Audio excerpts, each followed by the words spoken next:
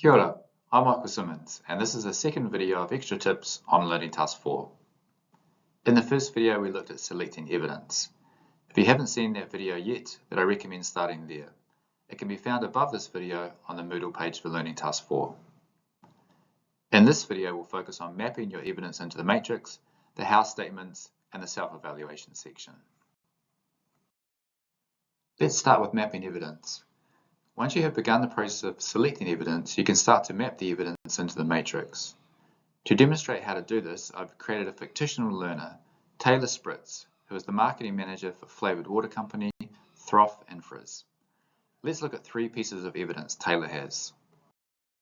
A certificate from a strategic leadership course he completed, a job description from his current role, and a testimonial from the company's CEO. Let's start with the certificate.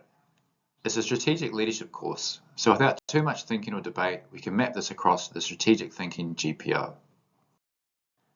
A clear, simple name for each piece of evidence will give the reader an immediate sense of what the evidence is.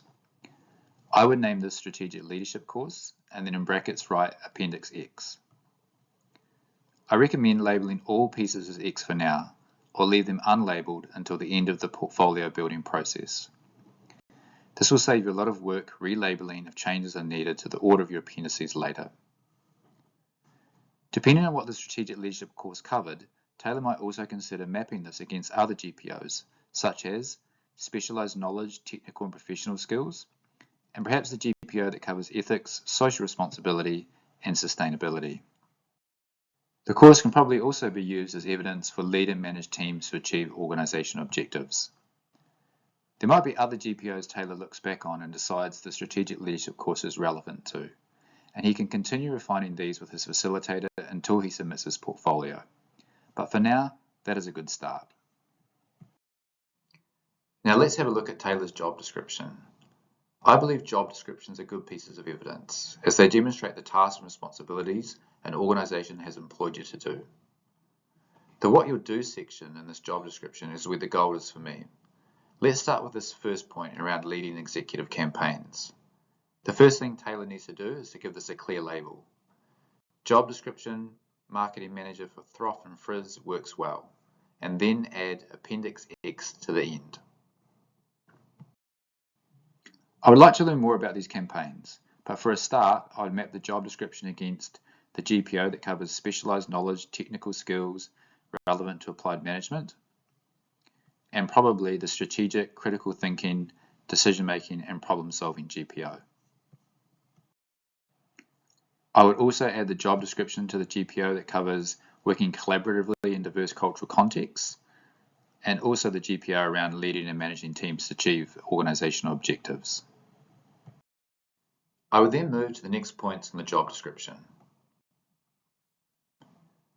Some of these will likely relate to the same GPOs as the first point, so no need to list the evidence twice against the same GPO if earlier points have already covered it. With these later points, you're looking to see if any additional GPOs can be covered off.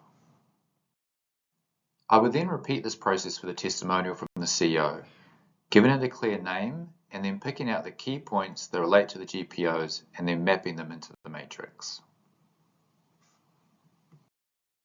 From there we can see with his initial three pieces of evidence, the Strategic Leadership course, the job description, and the testimonial, Taylor is well on his way to populating the matrix. When you don't have much or any evidence in a particular column, and you don't think you've demonstrated this in another task or can in a future one, then you have identified an area of new learning for Learning Task 5. I recommend using a statement somewhere in the row such as in need of development or to be developed in Learning Task 5, as the learner has done in this example. And of course, you would rate yourself accordingly in the self-evaluation section.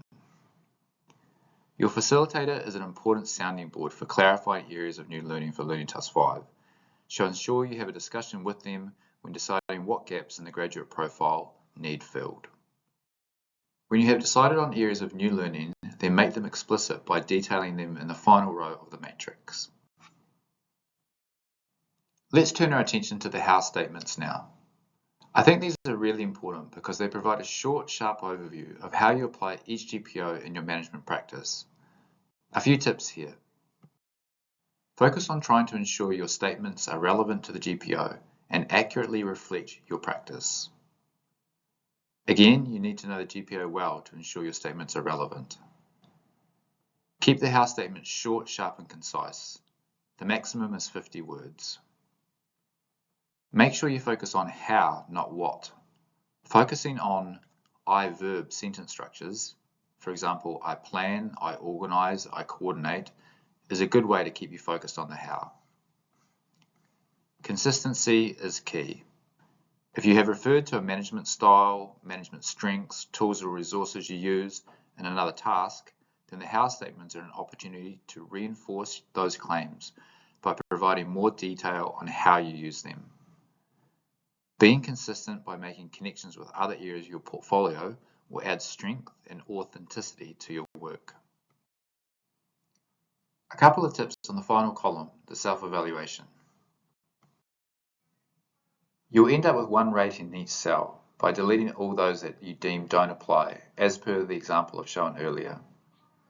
It's your self-evaluation, so there's no right or wrong answer, but think about what evidence support your rating. This is a time to be critically reflective about your practice. Careful here not to oversell or undersell yourself. No one has a core strength across all the GPOs, and this is not the time to be overly humble. Taking the time with these and working through them with your facilitator is an important exercise in ensuring your self-evaluation is an accurate and authentic reflection of your capabilities. You can always come back to these self-evaluations and adjust them as you see fit. So that's the second video in our series on Learning Task 4. Initially, there may seem like there is a lot to cover in this task, but at its heart, it's a simple exercise. You're evaluating yourself against the graduate profile and supplying evidence that demonstrates your application of the GPOs.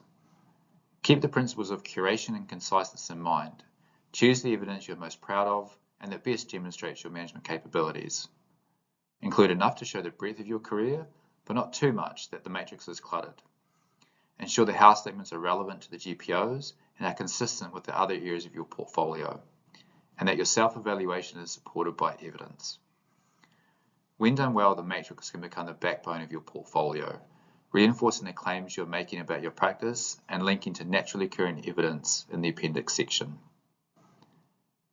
This task is best seen as a living document. You can always come back to it and add more evidence, finesse the house statements, and adjust the self-evaluation. Thank you. I hope you found this video useful. I'll be happy to receive any comments or questions in the matrix via email or in the YouTube comments below. All the best with this task.